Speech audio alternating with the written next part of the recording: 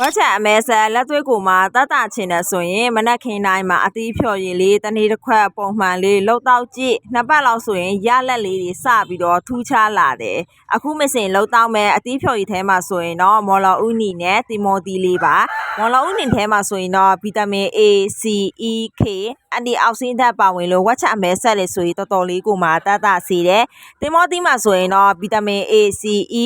B1 B3 B5 ပါဝင်လို့ဝက်ချက်အမဲဆက်ရှိနေတဲ့သူတွေလည်းလှုပ်တော့ကြည့်လို့ရပါတယ်မစင်ကဒီနှမျိုးလှုပ်တော့ကြည့်တာအရတာကတော်တော်လေးကိုမှအဆင်ပြေတယ်တခုတော့မစင်ပြောပြချင်တာကကိုကတောက်ရတာအဆင်ပြေရအောင်တကြားတို့နိုးစီတို့မထဲပါနဲ့ဝက်ချက်တွေကပို့ပြီးတော့စိုးလာတာမို့လို့မစင်တို့မြို့ဘက်မှာဆိုရင်တော့မီးကအချိန်ကတ်တဲ့နဲ့ရတယ်ဆိုတော့ကမန်းကန်းဖြော်တောက်ပြီးတော့ကမန်းကန်းနဲ့အဝီတို့ရိုက်လိုက်တာပါကြည့်ရတာအဆင်ပြေဖြစ်သွားတယ်ဆိုရင်တော့တီးခံပြီးတော့ကြည့်သွားပြီပါကိုကဝက်ချက်အမဲဆက်တွေအရှင်းကိုမှတတ်တာချင်တယ်ဆိုရင်တော့မနက်ခင်းတိုင်းမှာဒီလိုအသီးဖြော်ရည်လေးတွေလှုပ်တော့ပေးပါနေ့စဉ်ပုံမှန်လှုပ်တော့ကြည့်ရုံနဲ့နှစ်ပတ်လောက်ဆိုရင်တော့ရလက်လေးတွေစပြီးတော့ထူးခြားလာတယ်အဆုံးထိကြည့်ရှုပေးတဲ့တယောက်စီအားလုံးကျေးဇူးတင်ပါတယ်